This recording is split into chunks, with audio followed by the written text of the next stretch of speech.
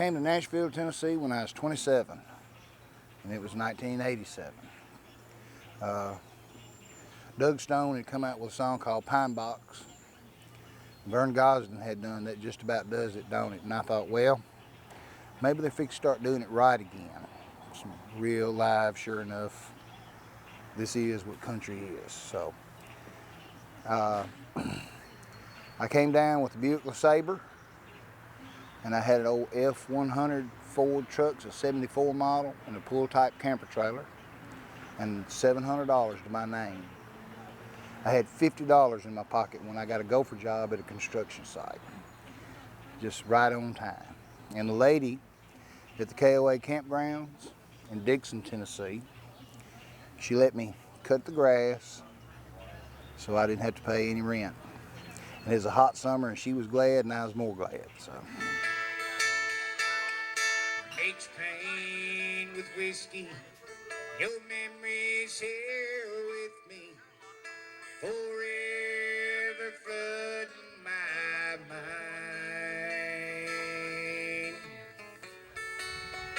You ain't done with me yet, but baby, you can bet you're killing brain cells tonight.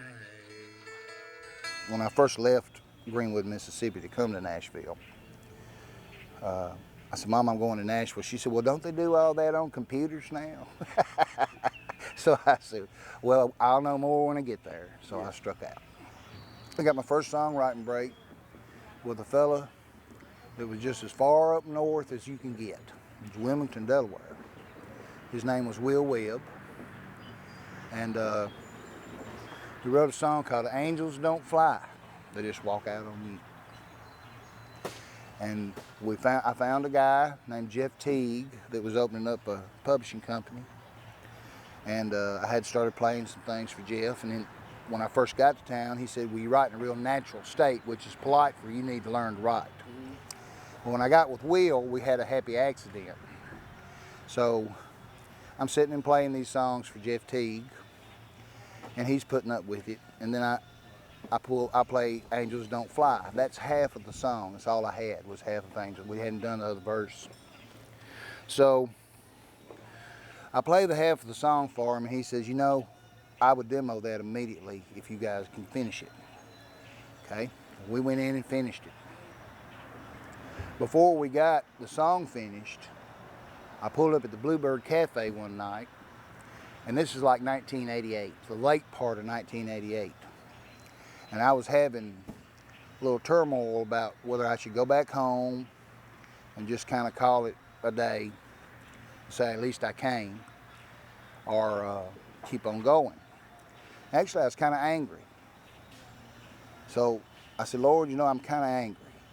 I said, if I walk into this place tonight and nothing happens, then that's your sign for me to go home. And I'll know I've done all I can do. I walked in the door of the Bluebird Cafe. Richard Schlesinger from 48 Hours was sitting in there with a camera crew. I asked Amy Curlin, I said, can I have a cup of coffee? She said, we're not open yet. So I walked back out of the front of the cafe, back toward the truck.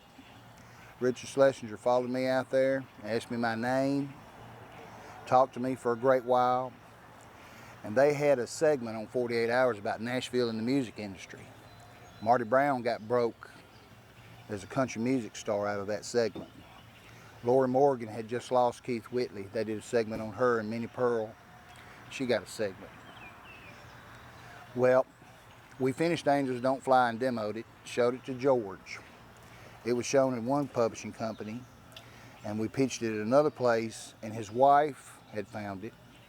The same day, they both come running to each other and go, I found the perfect song, Angels Don't Fly. So there's a whole bunch of magic tied up in that. So Richard Schlesinger calls Renee Bell at MCA Records. MCA had just signed George to a new record deal. And he said, we would like to tell the world that George Jones is going to help a new upcoming and young rising songwriter. And we would like to tell the world but we need to know for sure George is going to do the song. Good Lord got me a song cut, baby, and that's what happened. That's all there is to it.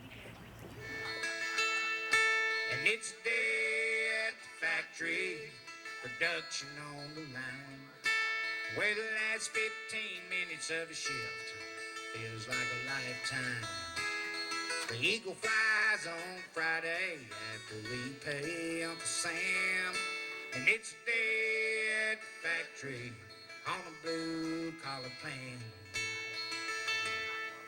We all pitched into the lottery pool.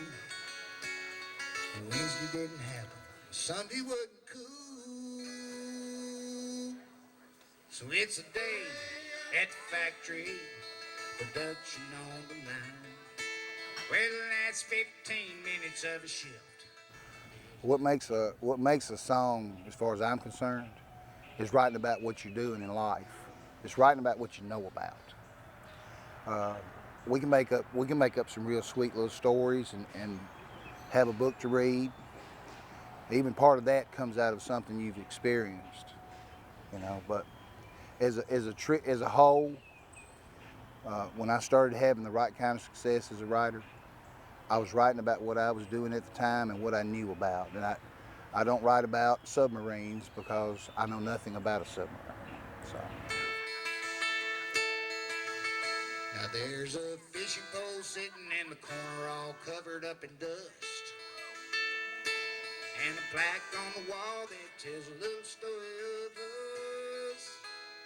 Love you bigger than a catfish. We want the world to know that love might move a mountain, that love will bring you home. Within these walls there'll be no crying. I promise you this. Love you bigger than, larger than, stronger, way more bigger than a catfish. In the late 80s and the early 90s, Garth Brooks exploded. Alan Jackson was phenomenal. Reba. Just the years of the 90s was incredible for country music. There were 2,500 or better on-staff writers and publishing companies and record labels in Nashville over a 3-block wide and probably about 18-block deep area. That's the small part of Nashville between 16th and 18th Avenue, basically. Right now, there's 250 writers on staff getting paid, just about 250 in Nashville, Tennessee. The numbers are small. It's been a lot easier to get to speak with people on a how you doing basis as opposed to corporate. And I tell you right now, it's getting back like it's supposed to be, like it was in the 70s. So it's more of a handshake and how you doing, let's talk, and then we do talk.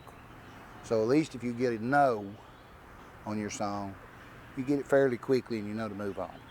So. Father, can you hear me as I speak from bended knee, searching for some answers from the one who knows my needs. My heart's door is open.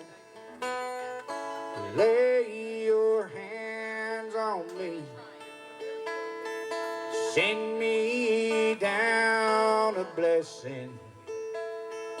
Put my soul at ease.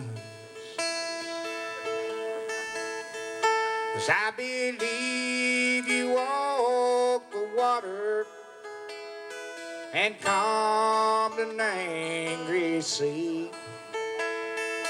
Gave sight to a blind man, saved a wretch like me. Lord, I know I'm not deserving of the things you do for me, but I'll try to live each day like it's the day you'll come for me.